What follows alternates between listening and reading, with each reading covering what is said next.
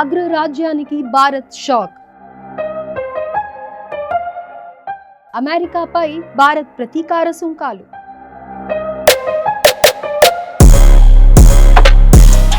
నోటీసులకు స్పందించని America. Tariff విధించే యోచనలో కేంద్రం. ప్రపంచ వాణిజ్య సంస్థకు తెలిపిన భారత్. నమస్తే, ఆంధ్రప్రభకి స్వాగతం. నేను ప్రియా కౌశిక్.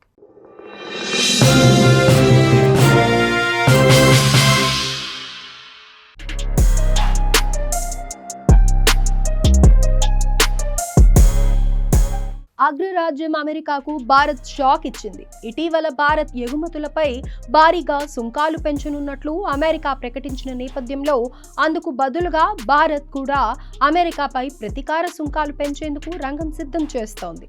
ఈ క్రమంలోనే WTOకు నోటీసులు కూడా పంపింది. అయితే అమెరికా ఆ నోటీసులను తిరస్కరించింది. భారత్ నుంచి దిగుమతి అవుతున్న అల్యూమినియం ఉక్కులపై ఈ నెల 4వ తేదీ నుంచి 25% ఉన్న సుంకాన్ని రెట్టింపు చేయనున్నట్లు అమెరికా అధ్యక్షుడు డొనాల్డ్ ట్రంప్ ప్రకటించిన సంగతి తెలిసిందే. సుంకాలను 50% పెంచడం వలన $7.6 బిలియన్ విలువైన భారత్ ఎగుమతులపై ప్రతికూల ప్రభావం పడనుంది. దీంతో అమెరికా సుంకాలకు ప్రతీకార సుంకాలు విధించేందుకు భారత్ సిద్ధమైంది.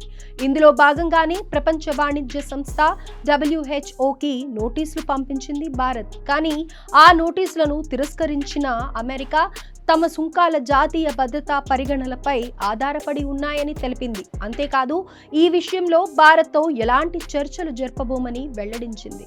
దీంతో అమెరికాకు చెందిన కొన్ని రకాల వస్తువులపై ప్రతీకార సుంకాలు విధించనున్నామన్న విషయాన్ని భారత్ ప్రపంచ వాణిజ్య సంస్థకు తెలిపినట్లు సమాచారం.